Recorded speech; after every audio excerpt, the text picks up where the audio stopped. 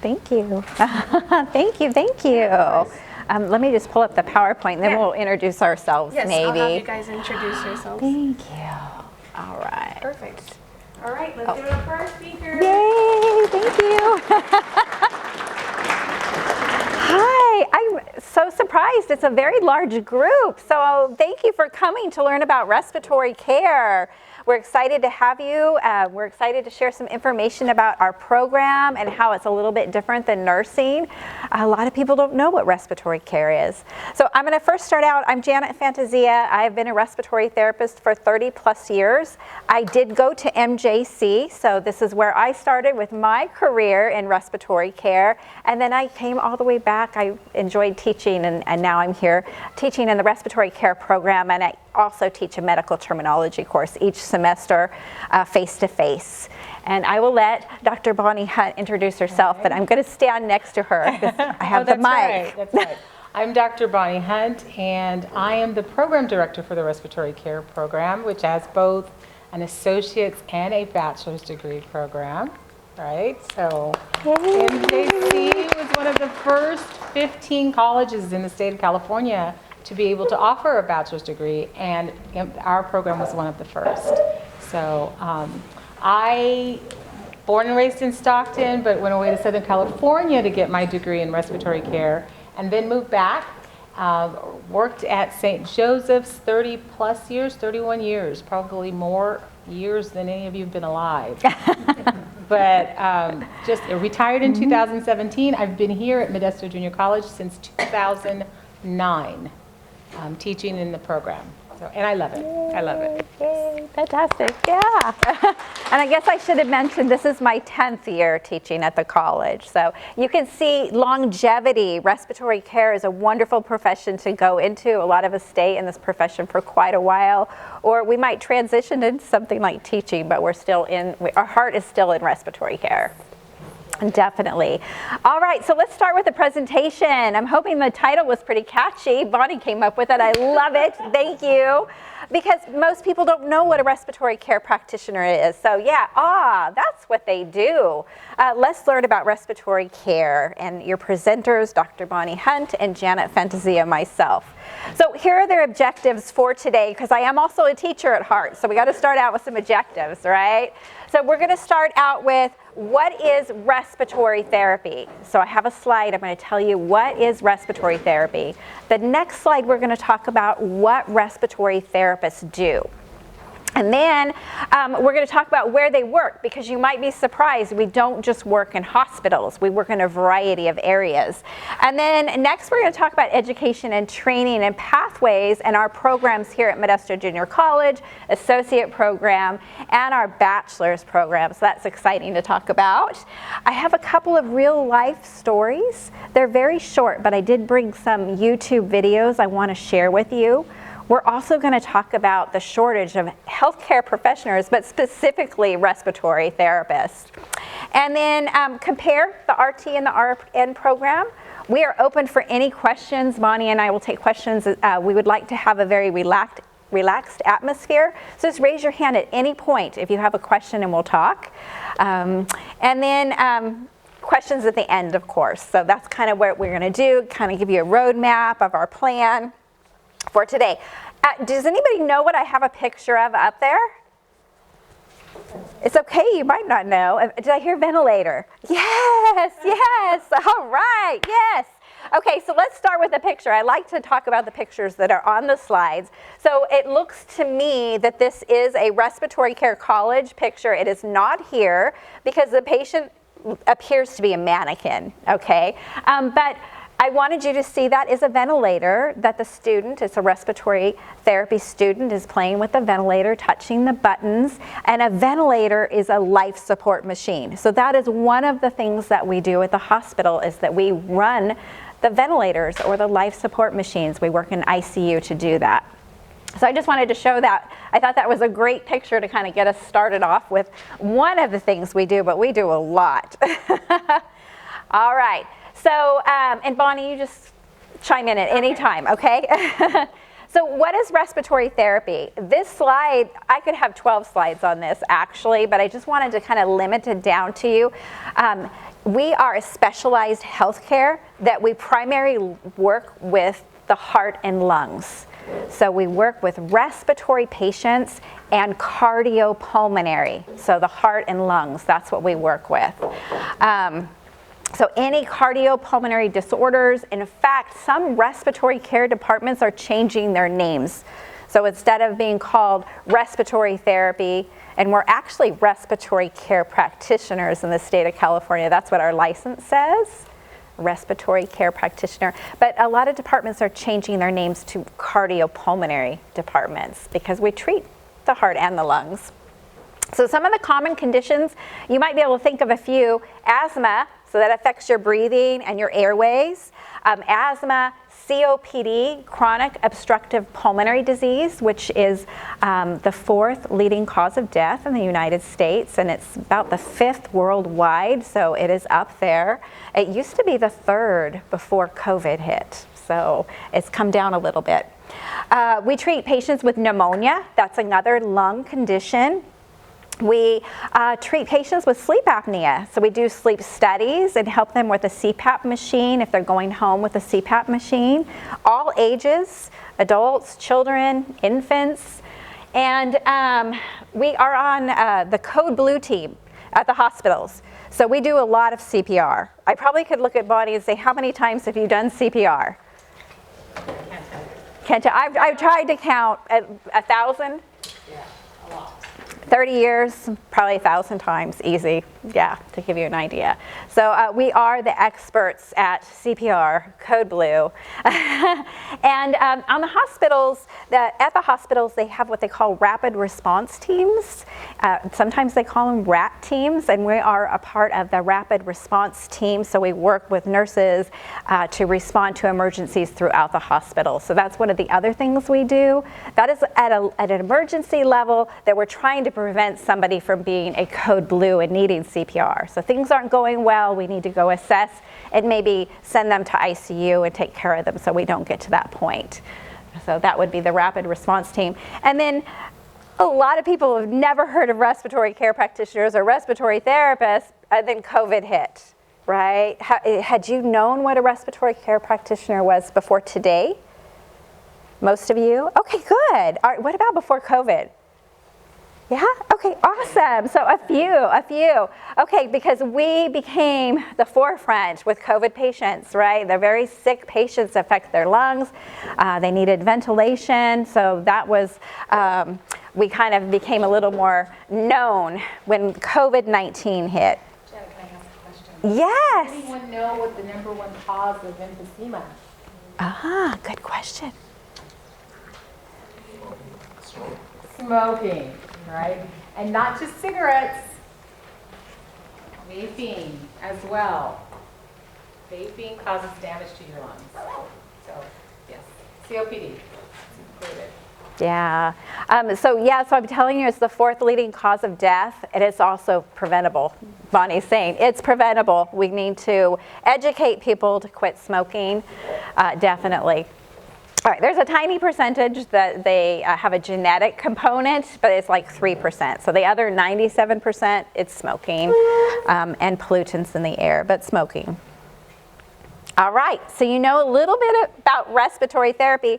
This picture, I've got a picture up here. I can't go on without talking about that. So it looks like I have a respiratory care practitioner right here, and then I've got a cute young girl, and it looks like she's getting a breathing treatment. So she might have asthma, something going on, and they're doing a breathing treatment. There's a mask on her face. We can do it without the mask as well, but there's different ways we could do that.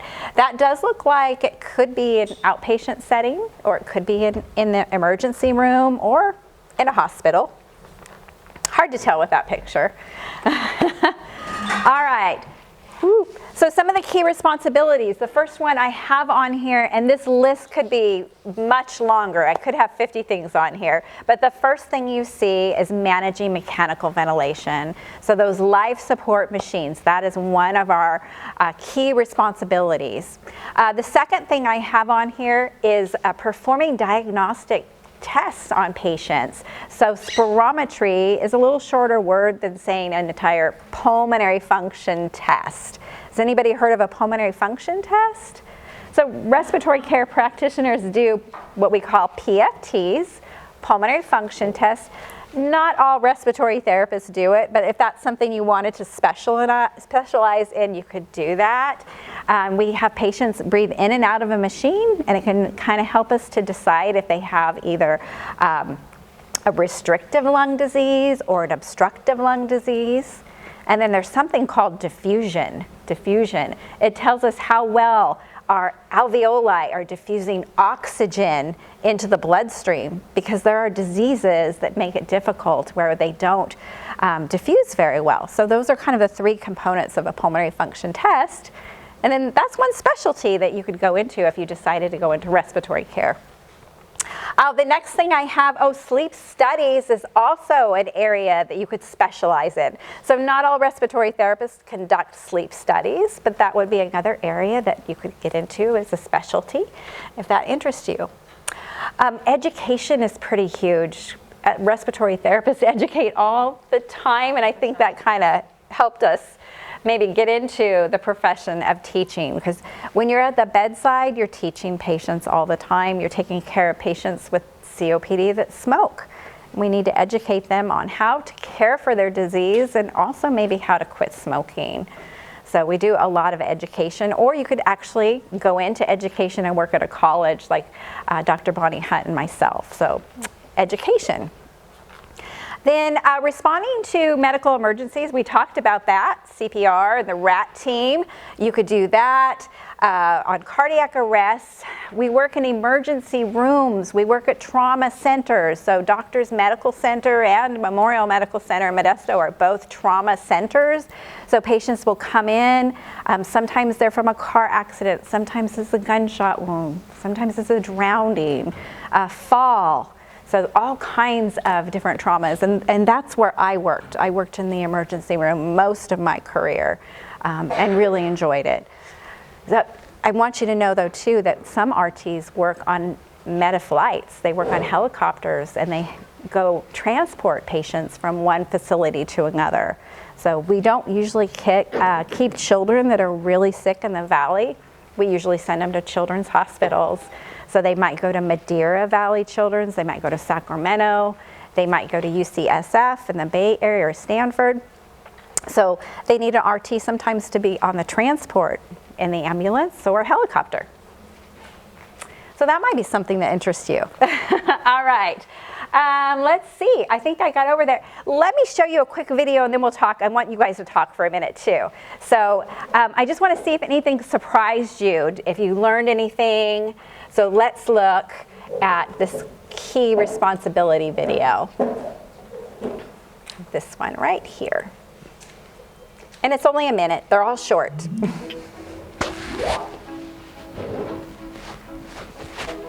Have you ever heard the quote, breathing is healing? More than just a catchphrase, it also happens to be true.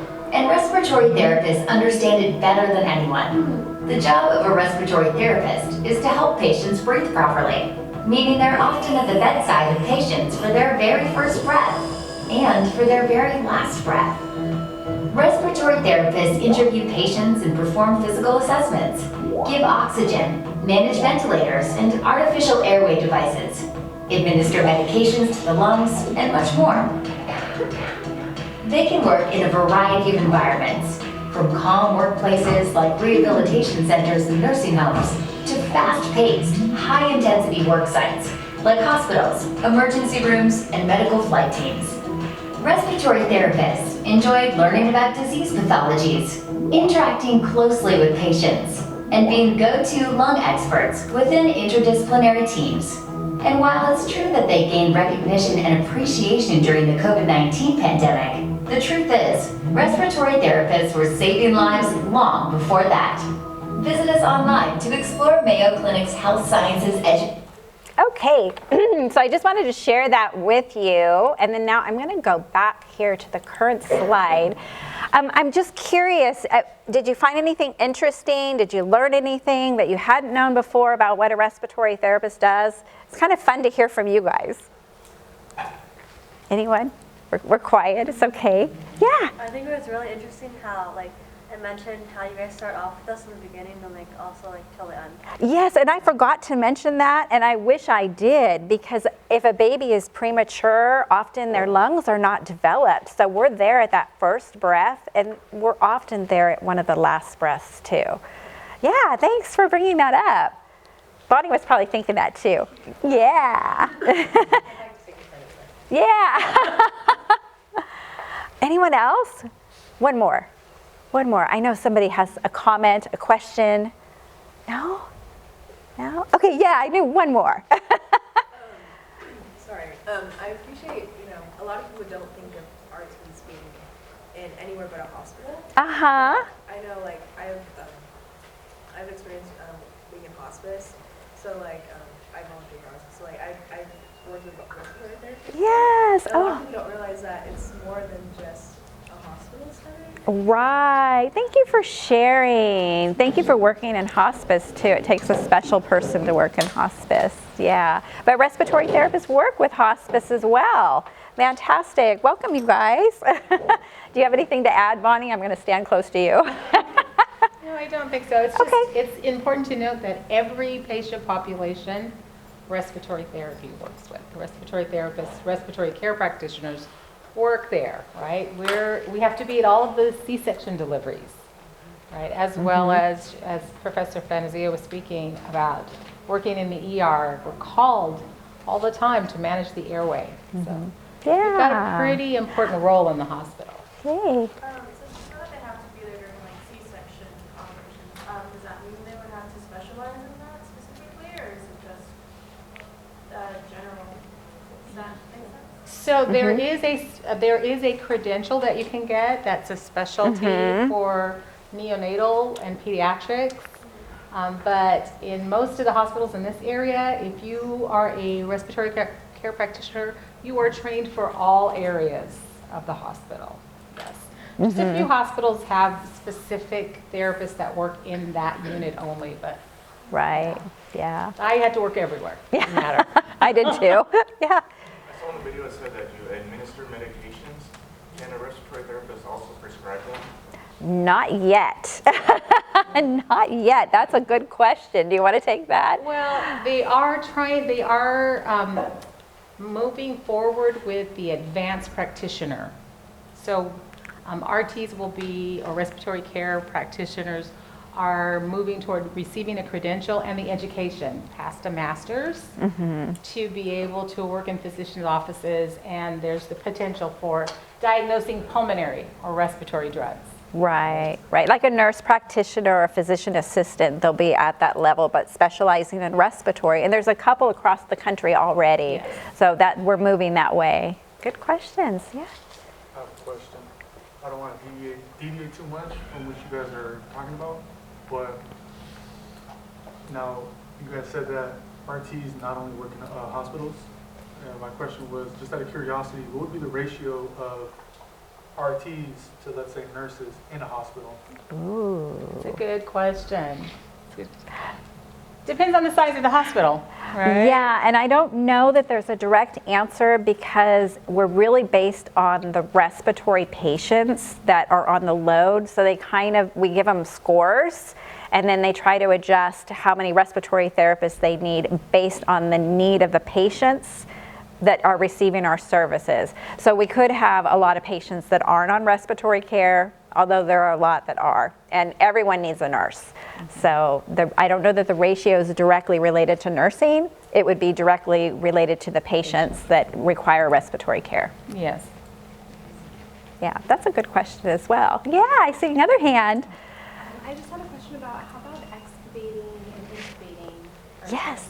you involved in that? Yes, 100%, yes. That's what Yes. we did. We were there to do it. Yeah, and I got to the bedside, at the head of the bed at our There you hospital go. first was the one who intubated. Right. And intubation and extubation, then I'll get to you for your question, or maybe you're going to ask Bonnie. Intubation and extubation is putting the tube down that we can put the mechanical ventilator or the life support on. So great question. So we do that. Yes. Okay. I see another hand. A lot of suctioning. Oh, yes. Yes. Yes, yes. Good question. Pays the bills. Yes, yeah. So on that line, respiratory care practitioner is one of the differences. A lot of us say head up, waist up. Your respiratory. We've got to clear out the airway. It could be vomit, it could be blood, it could be broken teeth, it could be mucus, right? All of those things. Bodily fluids, we got to keep the airway clear. And then nursing, they usually call us for that stuff. But nursing does more vomit and anything lower. I know I got at least one nurse in the room, so she can tell me if I'm wrong. But if you do not like sputum, if that's going to really bother you, then probably respiratory care would not be for you. You just need to be aware that we have to keep the airway clear. We do. And it does not bother me anymore. I don't think it bothered me very much in the beginning. It's one of those have to. You have to do it. Great questions. Chest tube. So chest tubes are more managed by nursing. Yes, but we need to know about them. Yeah. Great. Great questions, you guys. Thank you for engaging and asking some questions. All right, we're going to move on. The throat gets dry when you're talking a lot. Okay, and you know, even if you're not interested, I have to say this really quick. If you're not interested in respiratory care, it's great to know what they do, because if you go into healthcare, like hospice example, you potentially are going to work with respiratory care practitioners or respiratory therapists. So it's great that you're here, whether you're interested or just interested in healthcare as a profession. So where do we work? So this is kind of a short list of some of the areas that we can work in. Hospitals is kind of the given. Everybody thinks we work in hospitals, so starting there. But outpatient clinics, respiratory therapists can work in outpatient clinics. I have some friends that do pulmonary function studies in an outpatient clinic, and I've had friends that do asthma education in an outpatient or pediatric. Myself, I did spend a couple years in an outpatient clinic. It was a cystic fibrosis clinic in Sacramento, and other than loving the profession of respiratory and loving teaching, that was one of the funnest jobs I ever did. So that was a pediatric pulmonary clinic. And then home health care. Respiratory therapists can work at home health care, long-term care facilities. I should also say skilled nursing care facilities, because sometimes rehab isn't really the same as long-term care. And then transport teams we talked about earlier. So transporting from one hospital to the other or going home, that would be an area. Pulmonary rehab, so patients come for pulmonary rehab or cardiac rehab after they've been discharged from a hospital to get some pulmonary rehab. So that's another area. I have friends that do that. Equipment companies, so patients go home and they need oxygen, they need a ventilator, they need a nebulizer. So home care companies have RTs that go out to deliver the equipment and make sure they know how to use it, for example. Pharmaceutical companies, so there are a ton of medications out there, so they have respiratory therapists that work in sales for pharmaceuticals, but more so education, so getting out the education on how to use this new fancy inhaler, the dry powdered versus the meter dose inhaler, and what you need to do. So they actually work for those type of companies. If you like to travel and you want to dress nice, that might be an area you want to work in. I wanted to stay local, but I know people that travel and really enjoy that, and you go to conventions also in different hospitals. But you'll have a territory like, you know, West Coast, East Coast, that kind of a thing. And then I have instructors, so any respiratory care program, and there's going to be a shortage of instructors as well. So if you get into respiratory and enjoy teaching, that might be something you want to do. Yeah. Did I miss anything, Bonnie? Any questions? Okay. Because there's probably more areas. Definitely potential for growth. I personally think we need to be in schools, like a school nurse, school respiratory care practitioner, because we have so much asthma in the valley. I think that would be great. And I know the nurses have too much to do, so they could RTs could help manage that. All right, so education and training, the pathway. So You would take a lot of the same classes that you would take to go into nursing. We really overlap with our sciences, our chemistry, our anatomy, our physiology, our microbiology, and then all of the GE courses. So we match the same for the RN program or the ADN program on the prerequisites. And I do have a handout. Marlene, did you make it? Oh, thank you.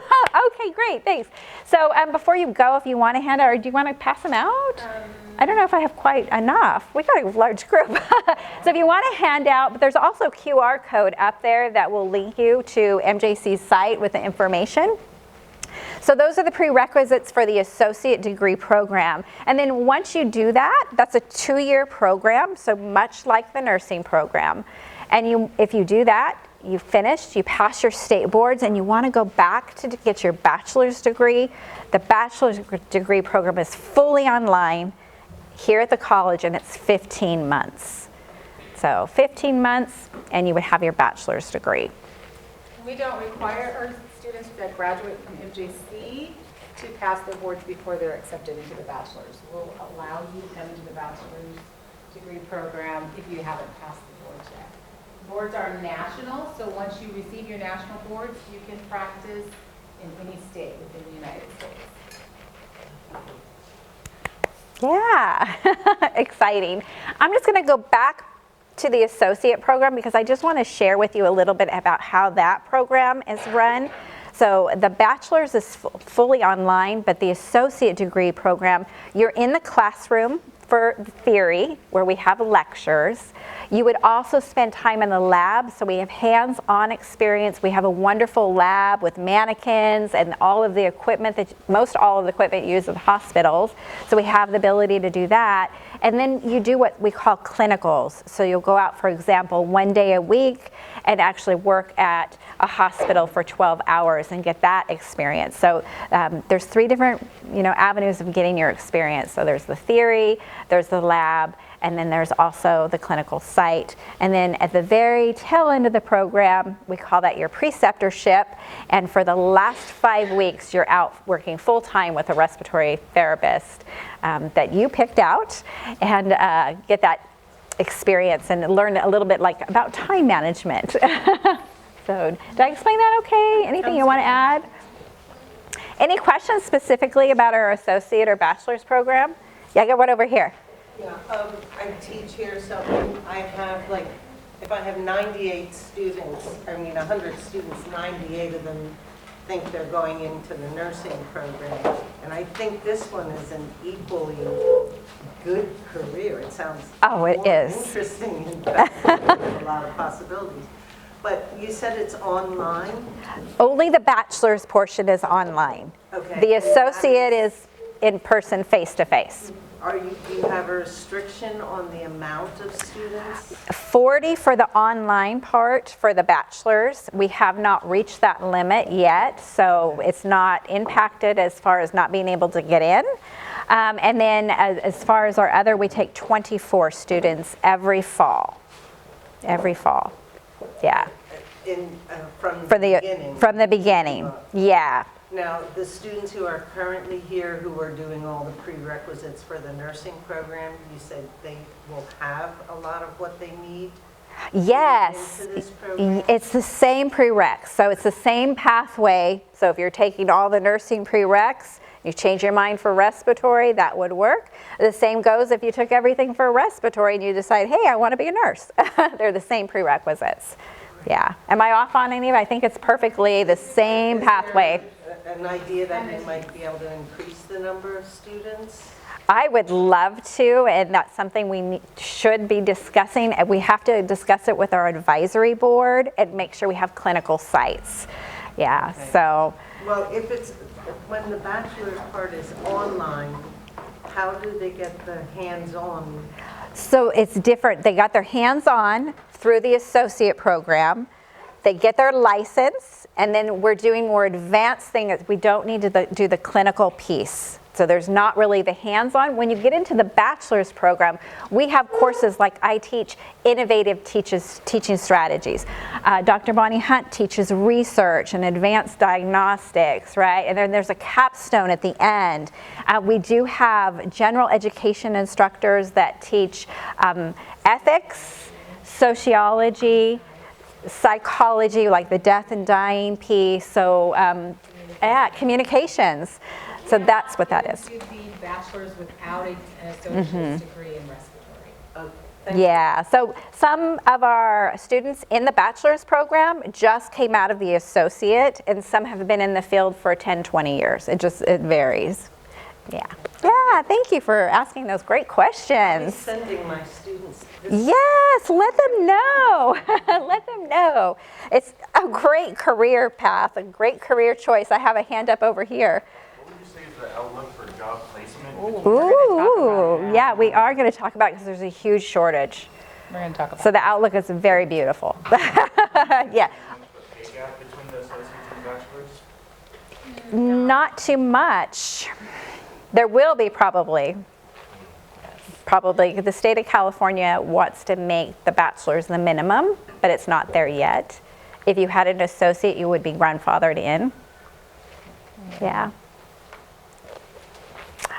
All right. Oh, yes. Two more. We take applications every February. Yes. February 1st. Every February for the next fall, starting in August. I think there was one, yes. Can I just ask regarding the associates, like being in the program, what it's like? Is it similar to nursing as far as like 4 days a week? What's the like workload? That's a really good question. So it is not 4 days full time. I could have let you spoke. Okay. All right, 2 days in the classroom. So it's starting out, it's Tuesdays and Thursdays, and then when you get into third semester, Monday, maybe Wednesday. So 2 in the classroom for sure, starting out, and then 1 clinical day. But a couple of the semesters, the clinical days ramp up because we have an addition to a NICU rotation for 5 weeks, and then we do the preceptorship too. And NICU is neonatal intensive care unit. So you do 60 hours either at Madera or any of the NICU units like at DMC, St. Joseph's, San Joaquin County. Memorial. And Valley Children's. Yes. Yeah, great questions. Okay, so I'll move on a little bit more here. So there are some key differences between the RT and the RN program, and I think we've talked about quite a bit of it already, but I think the major thing we want to share with you is that respiratory therapists, they take care of the lungs and the heart, so cardiopulmonary, think about that, waist up. Airway is huge for us, so that is what we do. So if you get into the respiratory program, it is 2 years learning about respiratory care. So you're going to learn all about the anatomy again, the physiology again. Even after your prerequisites, we're going to get into it even deeper. And then we're going to learn about all the different treatment modalities. What else do you want to add? All the mechanical, the machines we use, all the different ventilators. I'm not sure how many we have right now. Do we have about 6? 6 ventilators in our lab. Yeah, so that is what you will be doing. I did not mention, and you might not realize this, but respiratory care practitioners draw blood. We draw blood from the artery. So we draw arterial blood gases. So we really learn how to assess our patients as well. That's a huge part of what we do.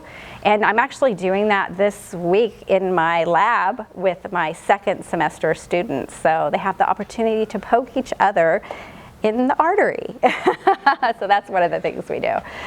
Yeah, but nursing really is the entire body. It's the entire body, so you're learning much more, and in a way you have a different responsibility, right? You're assigned to maybe your 5 patients. When you work in a hospital, you'll have 5 patients. If you work in respiratory care, you could have up to 30. So it just depends. Some of those 30 don't necessarily need you. They might be just on oxygen. And then we're called to emergencies all the time. So we're running everywhere, just like Bonnie had mentioned. We're everywhere. Yeah. So we wanted to point out that the last line I have on this slide is that respiratory therapy is different than nursing, but it's not easier. It's not. I know we get a lot of students that are surprised that it is as difficult as it is. It is like a full-time job, and it is a very difficult program.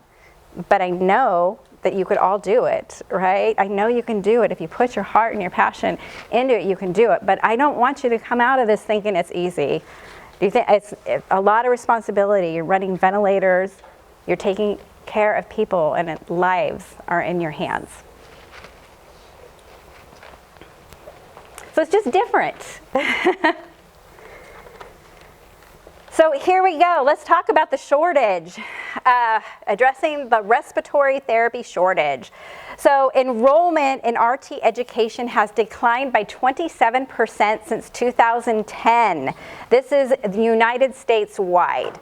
So we're having less enrollment. Maybe COVID, when it hit, it kind of scared people. There's so many other areas you could get into, so that could be why. We have a shortage of all healthcare providers. The next bullet point I have is over 92,000 RTs are expected to retire by 2030.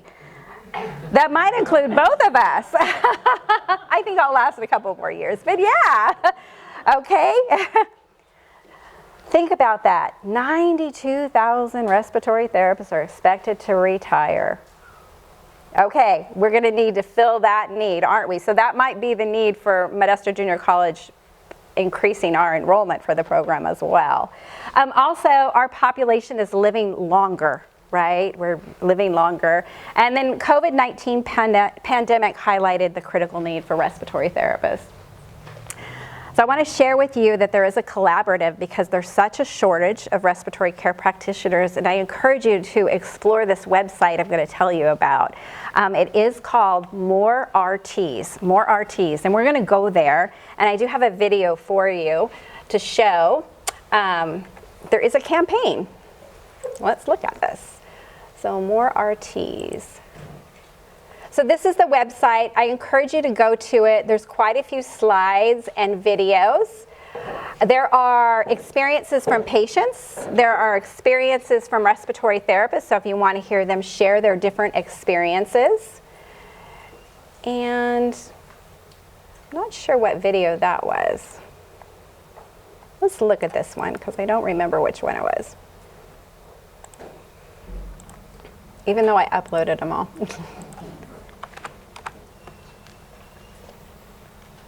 Oh, now I have to do the commercial. Is too much Sorry. water bad for you? Don't listen to this. It's garbage. Garbage. There's no use. Here we go.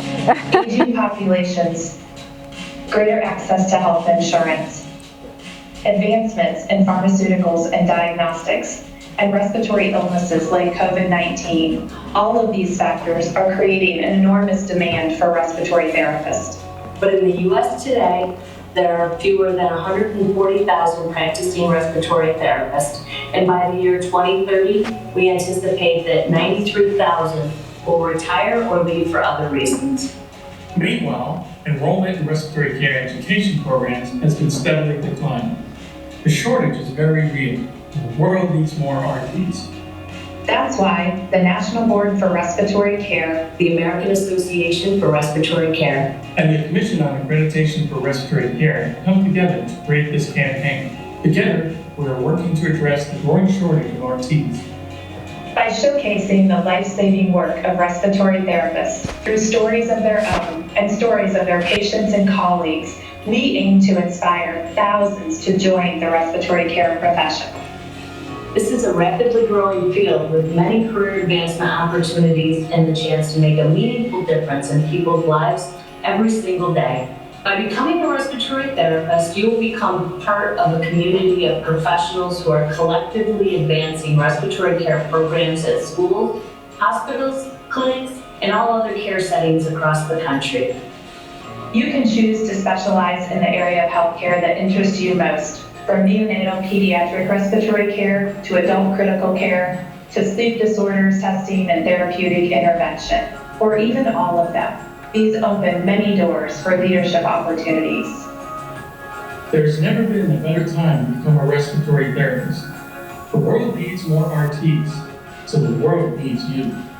Watch the videos from our community of respiratory therapists and others to understand what a rewarding and valuable profession it is.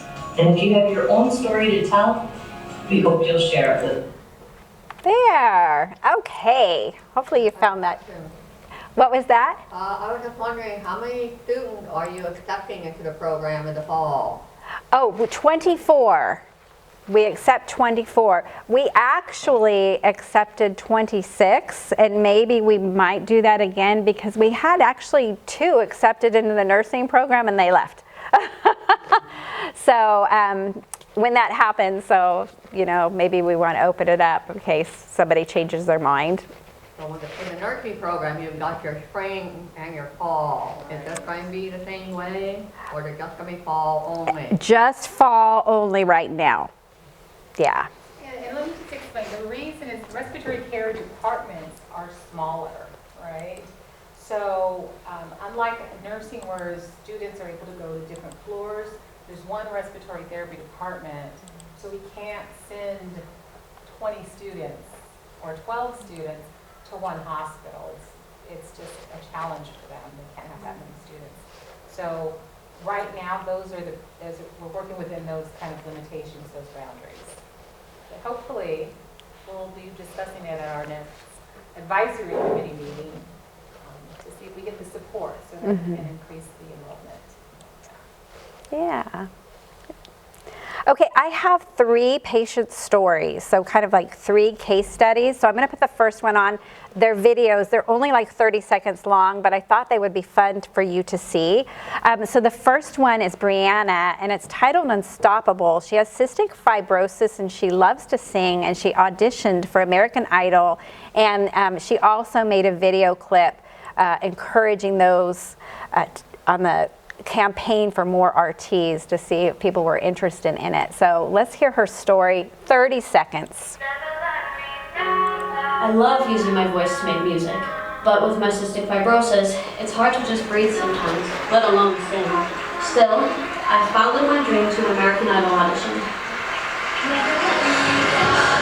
With my respiratory therapist managing my CF, I'm still living my dream. Piggy, my God, is standing away from me.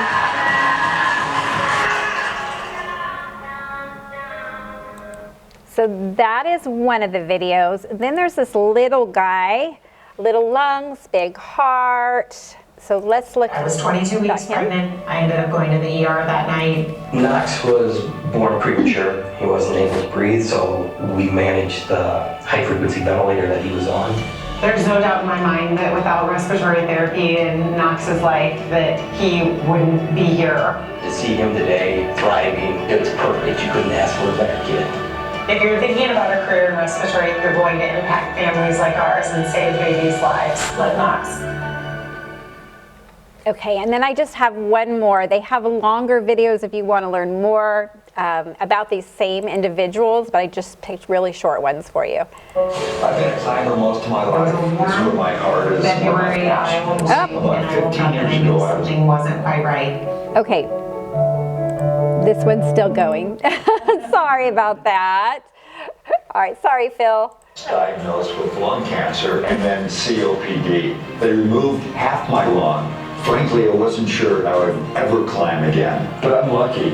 I had a great medical team, including some talented respiratory therapists, and thanks to those RTs, I'm in my 70s today, and I'm still breathing the crisp, sweet air of the most beautiful places on earth.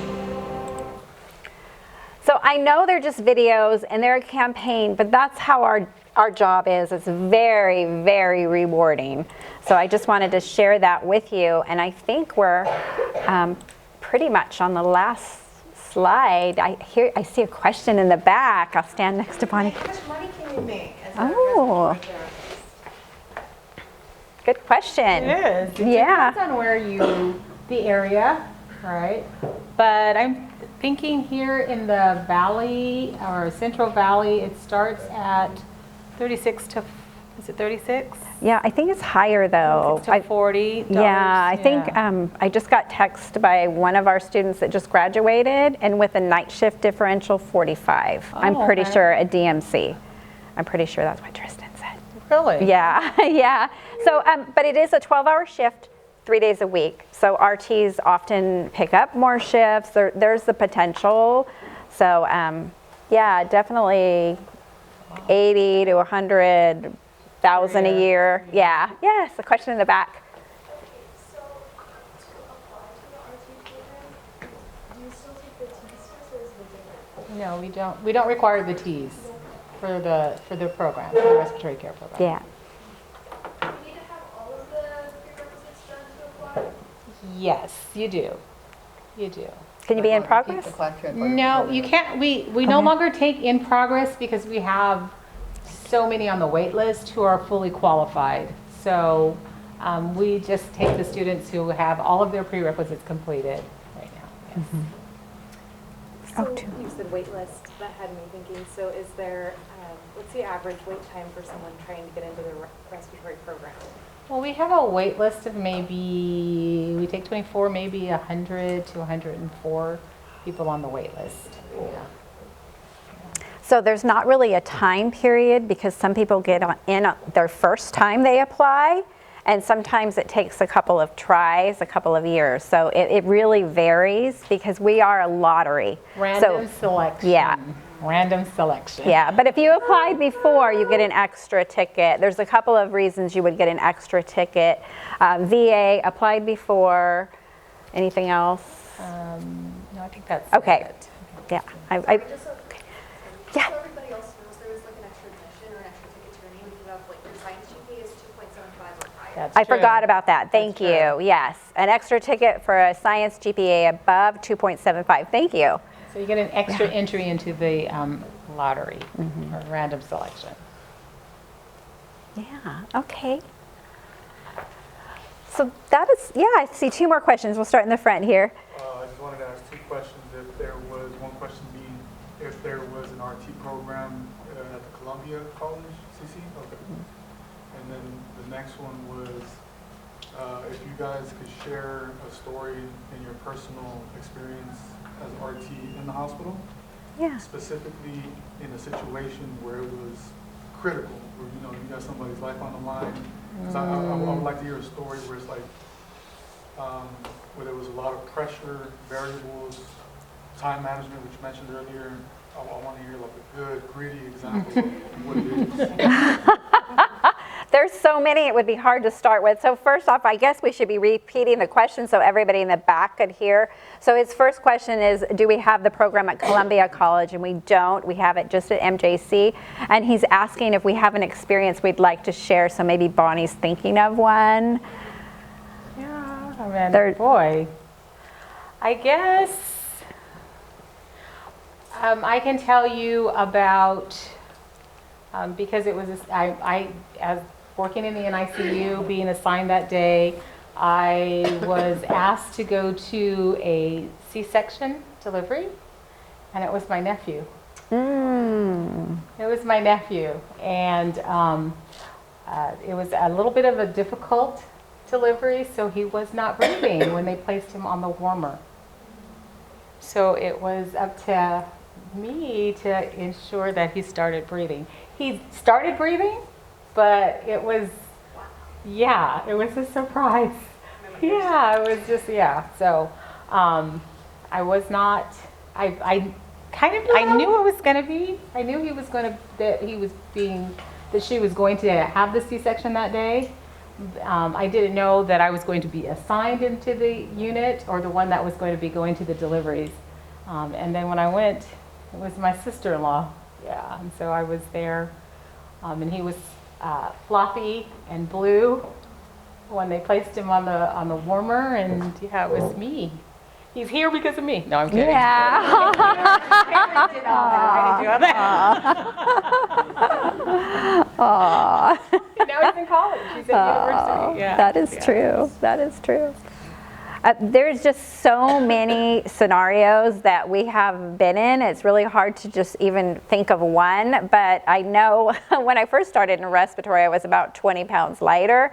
And every time, and I worked in the trauma emergency room at Memorial Medical Center. And so whenever we had to go out to Mediflight and the patient needed CPR, they called me because I was the one to jump on the gurney to do the CPR while we're being rolled in, and that makes you feel pretty important to do that. And even though you're little, though, you've got to be able to get out there and just jump in and do things. So when patients come in the trauma center, the heat is on. The time is on. Everybody, the whole trauma team is there. So I have to make sure the airway is clear. Are they breathing? Do we need to breathe for them? They always want an arterial blood gas, so you're jumping in there as fast as you can to get an arterial blood gas. And then sometimes the patient's not in the right position, nursing's working, x-rays coming in to do an x-ray, you've got to have the lead on, and it's just everything's under pressure and running that out to the machine to get the results right back. So yeah, I would have all my rooms ready in the ER ready to intubate. The tube placement, the holder, had everything ready, so I was ready for those traumas to come in. The blood gas kit, always a blood gas kit in your pocket. Yeah, so I can't really share like one particular one because there's so many. There's so many. Yeah, one that kind of got me, and it wasn't even really the heat of the moment, but I was taking care of a small infant and doing breathing treatments on the night shift. And the infant was having a reaction and turning blue from my breathing treatments, reaction to the medication. I asked the RT on day shift to call the doctor because I said, I think they're having a reaction. And I came back that night and it was the same medication. She did not call the doctor. And I'm like, how did this baby not turn blue when you're doing a breathing treatment? So I called the doctor because I'm not doing a treatment when I'm making the child worse. And right after that, I went on vacation. I went to Hawaii. And when I came back, everybody on the floor remembered me. Like right after we changed the medication for that infant, they did better and went home. And they were all talking about me. That made me feel good. So not that that was the heat of the moment, but those assessment skills, you've got to speak up and say, this medication's not working. So you do have to have those skills too. So hopefully that kind of answers the question. All right, I do have a word cloud. A word cloud, is this it? I think this is my word cloud. Yeah, what's one new thing you learned today? So if you have a smartphone, if you want to participate, point it at the QR code and share one thing that you learned today. I think it would be kind of fun. And then I will go over to the Slido and we'll look at the word cloud. So in 1 or 2 words, 3 words, you learned respiratory care is amazing.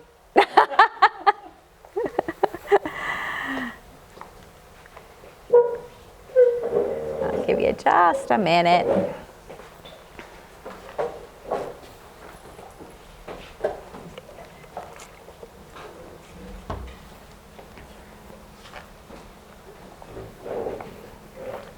Okay, let's see what our word cloud looks like. Woo! We need more RTs, yes. Thanks for coming, you guys. Respiratory, years longer, breath is healing, critical. Yeah, beautiful, beautiful, beautiful. All right.